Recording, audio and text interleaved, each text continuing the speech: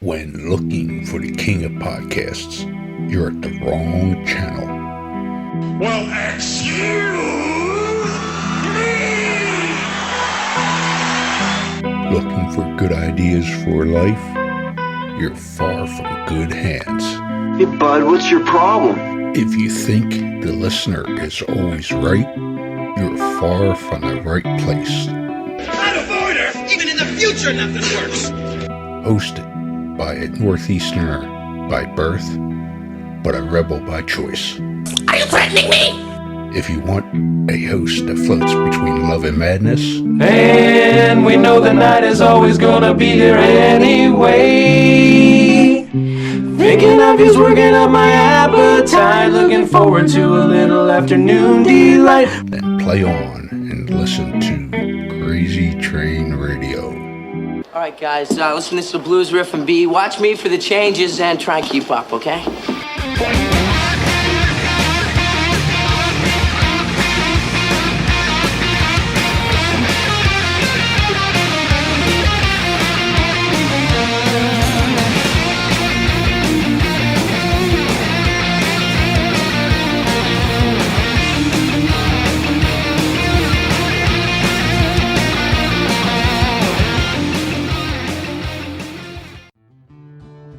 Warning, creators of this game do understand the subject matter may be offensive to some, but they do honor the families and people that have been affected by these real-life tragedies that these individuals have caused. Want to play a game? Oh, yeah! Lover of true crime? Yes, yes, yes. Well, we got an interesting game for you to check out. Wow. With the mashup of influences such as horror movies, collecting cards, and RPGs. What? Led to giving birth to an incredible creation of this game, Killers, the card game. You are all my children now. This game is a collectible trading card game featuring some of the most infamous killers, with tidbits of trivia on the back of each card to help you learn some insight to each criminal. Who the hell are you? Let's not forget, during the game, cops will be chasing you and these criminals. I'm a cop, you idiot! However, check out their website listed through all social media today, which can be found under Killers, the card game. Am I on the internet? I want to play a game.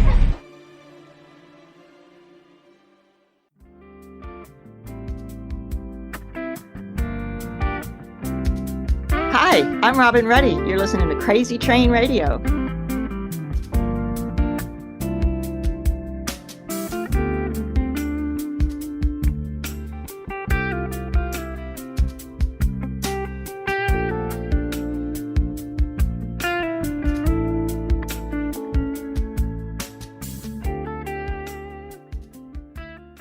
Hey folks, it's your least favorite host in the podcast world, Croc, Jonathan Steele. And boy, do we have a good one for you today.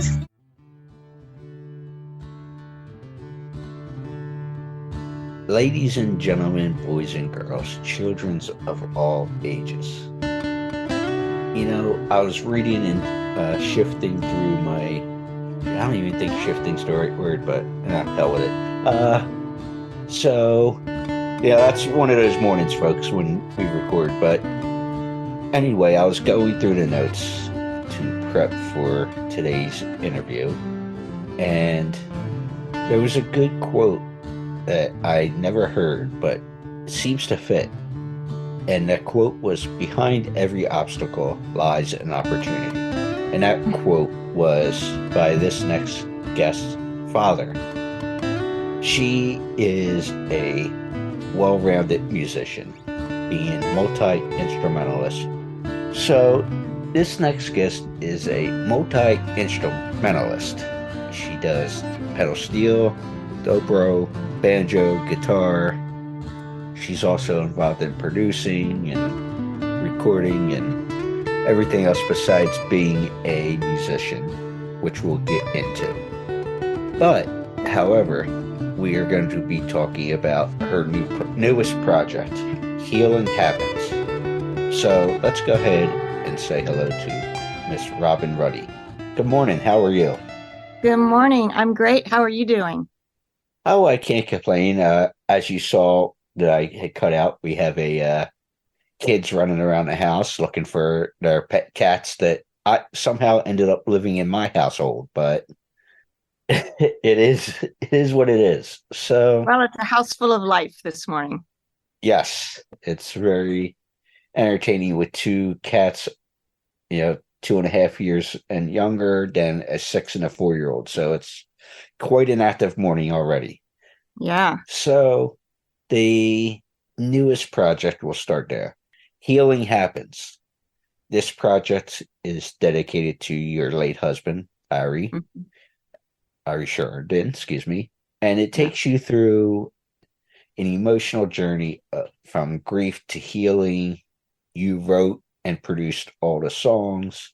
So what can we start with this project? What can you tell us this morning? Start with the creation of the songs. The songs just came to me, or very organically and chronologically, starting from when he was sick in the hospital and through the time when he passed, and then through the aftermath of what you go through after someone passes, and the emotional twists and turns, and eventually comes out the other side, where you're going to be okay. Eventually, it gets to the last song, which is the title song called "Healing Happens," and it kind of falls into 4 chapters, which is, I don't really know how to do that in a CD project or a music project, but it was, the first chapter was Hope for Healing, and the second chapter was The Release, and the third chapter was Carry On, and the fourth chapter was Healing Happens, and comes full circle back to the healing. First it was writing these songs to heal him, to help him, and then it was writing these songs to help me, to heal me. And now my hope going forward is that the songs can help others heal, and others who are going through the similar process know that they're not alone, and these feelings and these different twists and turns happen to everybody, but everybody has a different way of processing it. So my way of processing it was through music. That's what I do. Some other people might journal their way through it, or they might draw, or do clay sculptures, or whatever it is that helps you get it out of you, I think is helpful. Yeah. So I'm going to drop the title track of Healing Happens right here. Okay.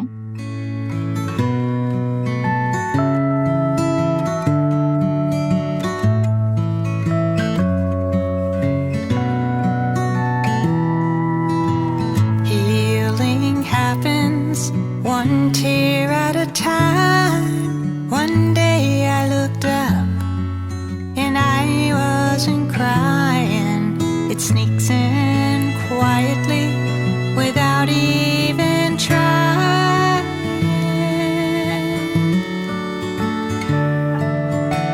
Healing happens one tear at a time.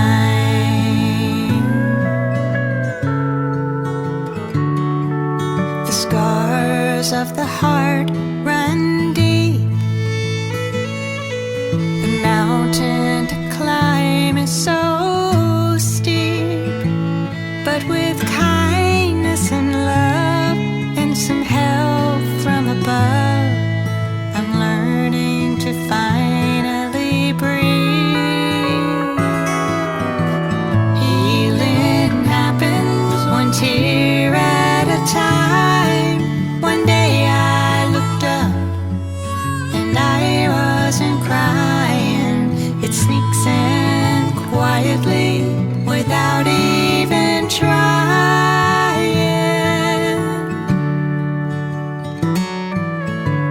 Healing happens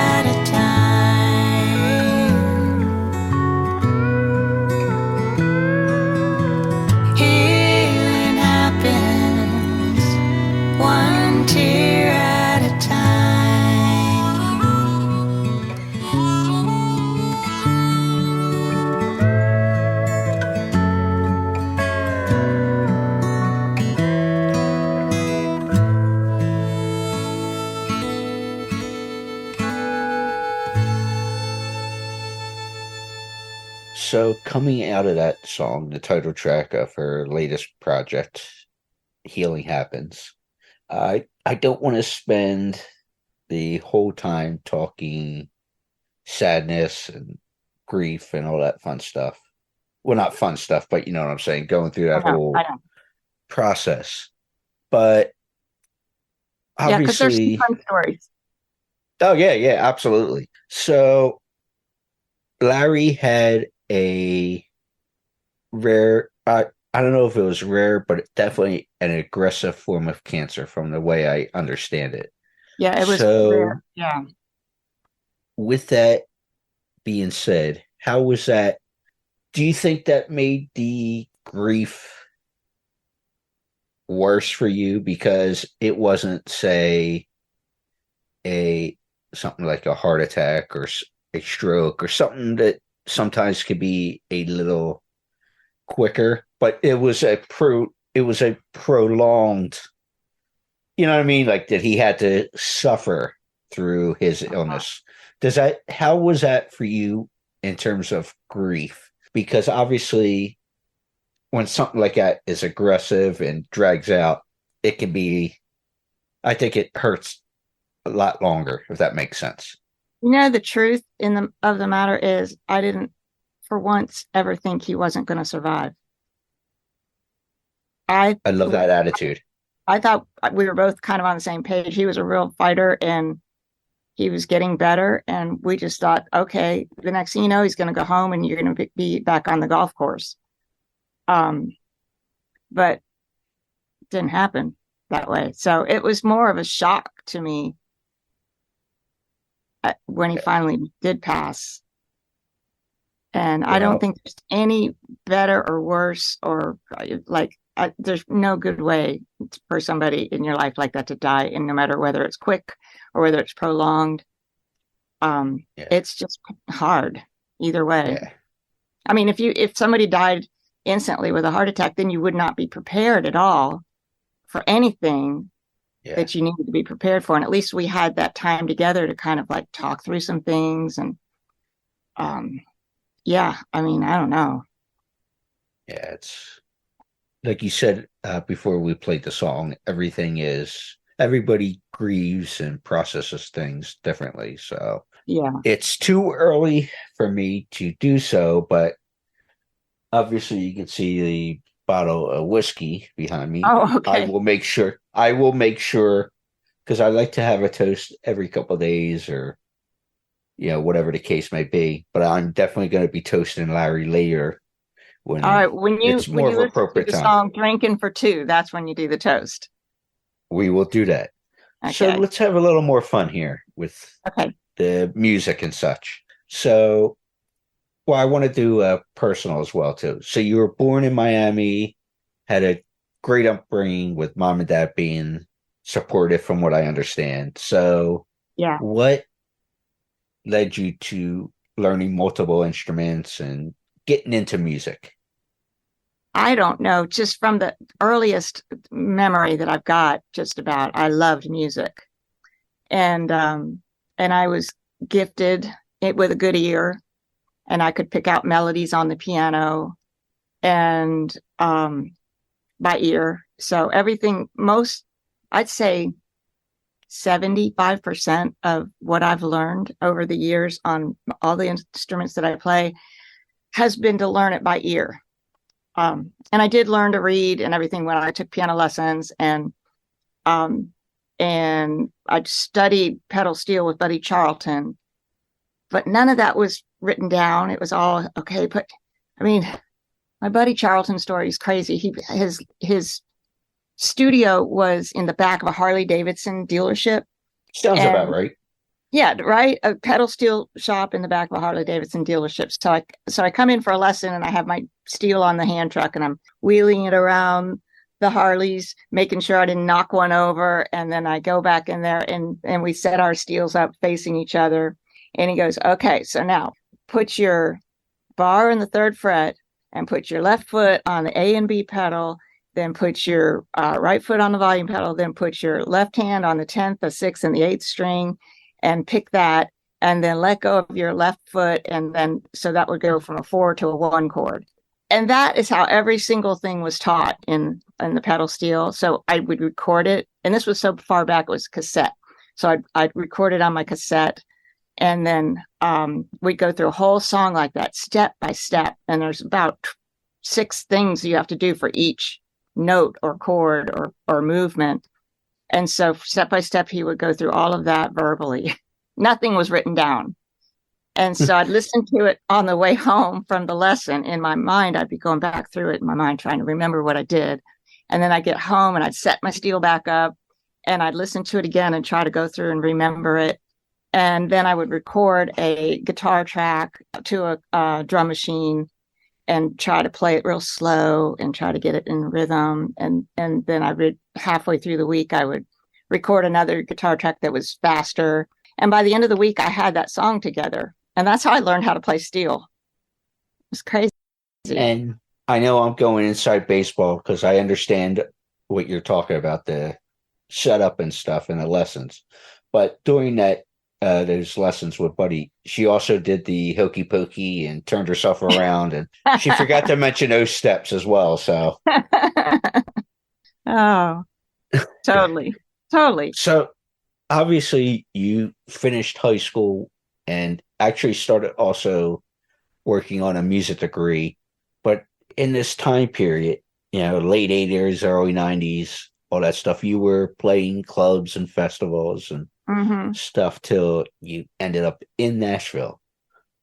And I don't know where you met Larry on this part of the journey, but I met Larry right before moving to Nashville. We moved to Nashville together. Yeah. So what was that like, doing the festivals and the clubs and, really learning your chops musically at this point? I was in love with it. I want every minute of time I could put into jamming with a group of people, always trying to find the best jam session with the best musicians. I was there. I showed up, and that's how I learned to play. I would learn from other people, and just the repetition of doing it so much, it really helped. It helped my chops, and it helped my ear. I'm really good at just sitting in with people without any charts, and they don't even have to tell me what key they're in.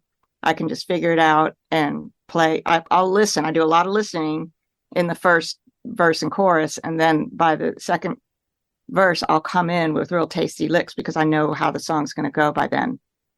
And you feel the pace and just everything that goes with. Yeah, the chord progression and where the lyrics fall and all that.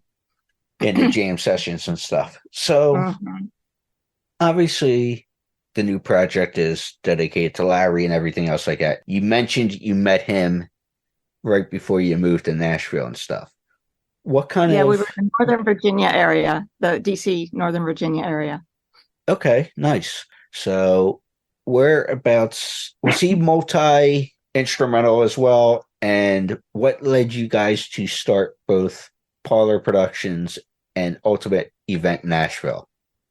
Well, Larry played jazz guitar and kind of Fogelberg kind of style and stuff like that. And he also played piano and sang. And he was also a cabinet maker, a fine cabinet maker, and did custom cabinetry. And we had a cabinet shop for a while. And so we had that cabinet shop for almost a decade. And then he decided that he was tired of doing it. The clients were always the clients weren't fun. And they're real high end, and it was not what he wanted to do with his life. He wanted to do something musical with his life. So we sold the shop and invested in starting a publishing company. And then a couple of years later, we built the Parlor studio. We bought a house on Music Row and gutted it to the studs, took the roof off, added a whole second floor, blew out the back, added a whole studio, and it went from 1,600 square feet to 4,200 square feet. And he did all of the architectural drawings and all of the design and all of the contracting. He was a contractor too, and he was brilliant. That's where we are right here. I don't know if you can see it, but I can. it's pretty. See the coffered ceilings, all walnut, and yeah, it's amazing. Everything's impressive from what I can see. Yeah, it's very nice. All double wall construction and all of that stuff. So, then we partnered with a bigger studio concern in town called Emerald Studios, and they brought a bunch of business in, and we learned how to do the studio business from that. And then after they went bankrupt, we ended up just doing it ourselves, and we borrowed more money and got the gear, and now it's 100% the Parlor. And then the Ultimate Event Nashville is a team building event company, which is really fun. What we do with that is our clients are corporate clients, and they bring a large group, like 25 people, and we hire hit songwriters and divide them up into teams, and they write a song about their company or something funny that happens in their company. And then they all get back in the studio, and each team performs their studio with the hit songwriter. And it's a catered event, and the bartender and the whole thing. And it's really, really fun. So we do those, and that kind of just helps support the studio, and it's a good business model for what we've got going on here. Well, besides the links for Robin, her music, everything else like that, I'm going to include links to check out both Parlor and the events. Oh, good. Okay. Thank you. As well as, yeah, of course, got to include that all in. Yeah. But what led to you touring 26 countries around the world? You've toured with folks like Shania Twain, Ray Stevens, Rod Stewart, and other top tier artists. So what led you to, because obviously throughout the years, you've kept your musical chops going and jam sessions and all, because it's one thing to be in a jam session, but to be performing in some of these huge venues with top tier artists around the world. What got you doing that? Well,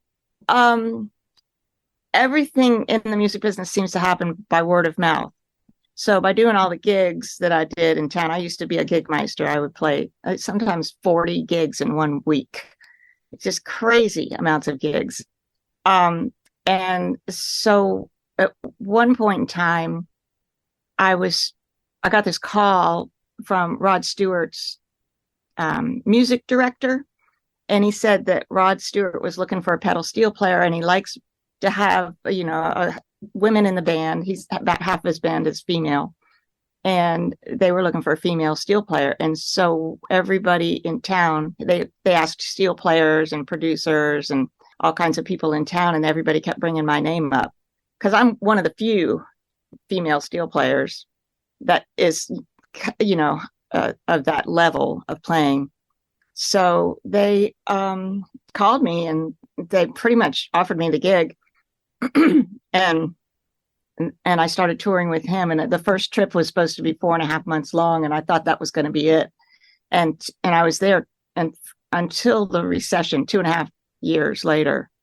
And then they downsized it, my position during the recession.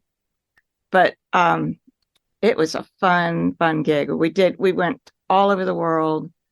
I met Prince Charles, now King Charles, and I met Prince Harry, and met all kinds of people, and saw all kinds of sights, and played every show. We played for 10, 20, 30, 40, 50,000 people. It was fun. It's really fun. What kind of adrenaline rush is that, playing for those types of large crowds? It is fun. I mean, it's what I found the most spiritual, if you will, just amazing feeling was when everybody in the audience would be singing along. And a lot of times he would just stop the band and let the audience sing the song. You know how they hold out the microphone and let the audience sing. And have that many people singing together. It's powerful. It is so powerful. So that was really cool. And we toured with 6 tour buses and 11 tractor trailer trucks. And the girls had their own bus on the band, and the boys had their own bus in the band. And it was just an amazing experience. I'm so glad. I'm so glad I got to do that. The other artists that I played with were not quite on that scale as Rod Stewart. I played with Lynn Anderson for 15 years. And I loved playing with Lynn Anderson. She just was great. But we would go out for a day or 2 days, or, maybe we'd have 2 days in a row, and then we'd go out and come back home. It wasn't like this get on the bus and leave for 6 weeks kind of thing. So. Definitely an experience. For those who might know the name but can't put a face to it, Lynn Anderson was known for songs like Rose Garden and such. So yeah, I beg your pardon. I never promised you a rose garden. Yeah. So it's no matter people's political stance or relationship status or whatever it is, like you were saying there with the singing and let the crowd do it. Music seems to be one of those things that unites everybody, which is awesome to see, especially in big scales like that. I know it. And we need more of it. We need a lot more. Absolutely. So I also like to ask, because you've had different scales of your musical career, and I always like to ask with folks who've had the experience. You've been lucky enough to experience playing at the Bluebird. Mm-hmm. And if I read this correctly, the first time you were there, it was to help with a fundraiser for hospice patients, which is awesome. They always do great things at the Bluebird. But what was it like for you anytime you've gotten to play at the Bluebird? Has it always kept that special feeling to it? Always. Anytime you play at the Bluebird, it's just such a listening room. And they basically, it's a requirement. If you're in the audience, you do not talk while the players are playing. So it is so nice to be in this. It's really small and intimate. I don't know. People who have never been there probably think it's bigger than it is, but it's intimate, and you can talk to the crowd. They laugh when you have jokes. They cry when you play a song that is sad, and they are just so in it.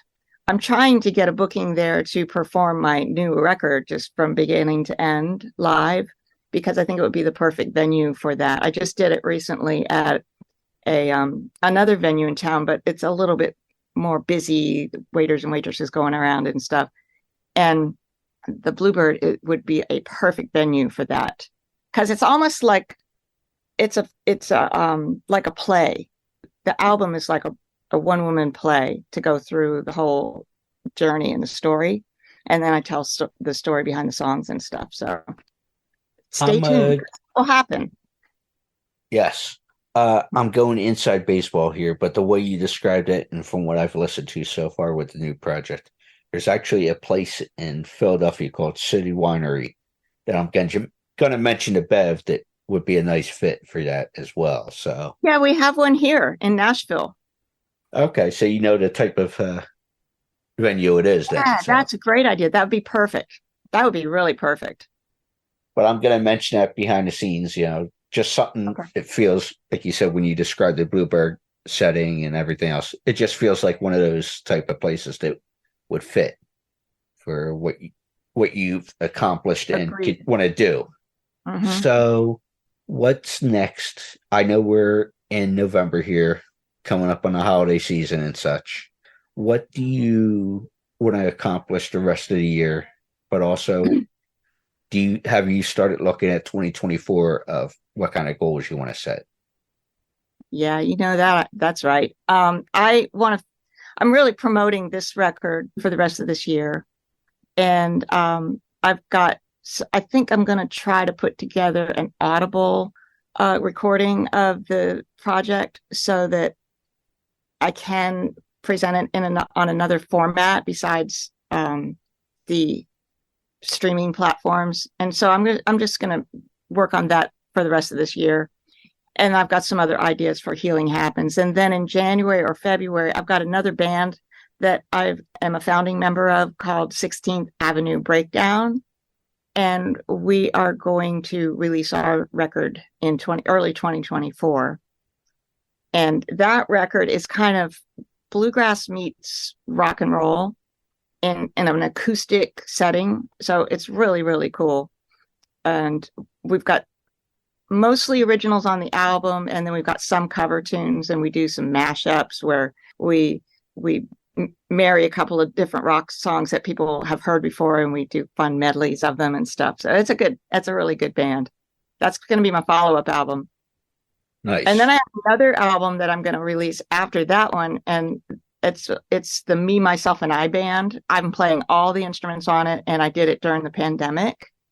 And it's cover tunes that were resulted in I joined a sync cafe thing to try to figure out how to get my music aligned with TV film and get them on that kind of circuit. And he kept putting out, the guy that ran it kept putting out weekly challenges to do a reimagined version of, and he would name the song. So we would do, everybody in the cafe would do a reimagined version of that same song. And then the next week we'd have a listening party and you'd listen to all the different versions. And it was so much fun. It was so interesting to see how different each person's version was based on their influences and their skill sets and what they had available. So I have a whole album of that stuff, and it's grassified rock tunes that I did all the parts on. Grassified. That sounds very interesting. It's very interesting. Yeah, it's fun. I'm excited about that one. So I have a lot of music coming up. Nice. Well, 2 questions to follow up to wrap here. And first of all, how much, because obviously you've seen it all, how much would you say the industry has changed from your perspective? It's unrecognizable from when I started. Completely unrecognizable. I don't even know what it is anymore. I don't know how to do it anymore. I don't know. It's a little frustrating to be the creator. It's great for the consumer. It's way better for the consumer now because you can just clickety click and get whatever you want and not think twice about it. But it's not great for the creators because we've lost the ability to sell product from the stage, which used to be a big part of the revenue. When you would do gigs, you would make an extra 100 or 200 or 400, whatever dollars on top of what you were making for the gig. And now that's just gone. And then same thing in radio, that since we don't sell albums, like once upon a time, if you were a writer on a song and it was an album cut versus a single, you'd still make some money from that if the artist took the single to the top of the charts and the record sold enough records. The other thing I wanted to bring up is you mentioned when I had the first interruption from the older child about music for youngsters on which people can find on Spotify and such. So what was that if folks have younger ones hanging around the house and want to play music for them? That is a project that will make you smile. It's fun. It's called Miss Robin's Musical Farm, and it's got songs that I wrote while I was working for the Country Music Hall of Fame in Nashville. And I used to do this thing there called the Musical Petting Zoo, and we'd put out a whole bunch of different instruments for the kids to play. But before we let them loose to play the instruments, I would demonstrate each instrument and what it was called, where it was from, how many strings it had, how to play it, what you hold a pick on this one, you bar, whatever. After I started doing that for a while, then I started writing little ditties for each song. And that was the genesis for this album. And I put together an album called Miss Robin's Musical Farm. And it's got kids singing on it and me playing the instruments, and it's real cute. Nice. Mm-hmm. So, Robin and Ruddy, we're going to have links to everything. Thank you so much. Thank you so much for having me. I really appreciate it.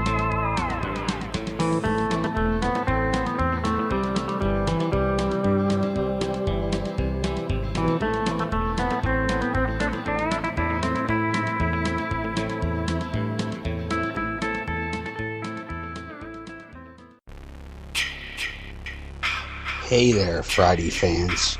We know how much you enjoy the movies. Enjoy grabbing your Friday merchandise and interacting with the Friday family, whether it be at conventions or during our particular watch-alongs.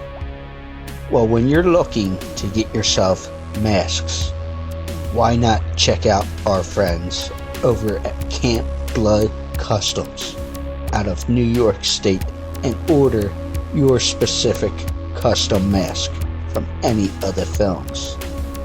All orders are made specifically. Your needs and wants are. Make sure you find Camp Blood Customs on Facebook, Instagram, and all over social media and order yours today.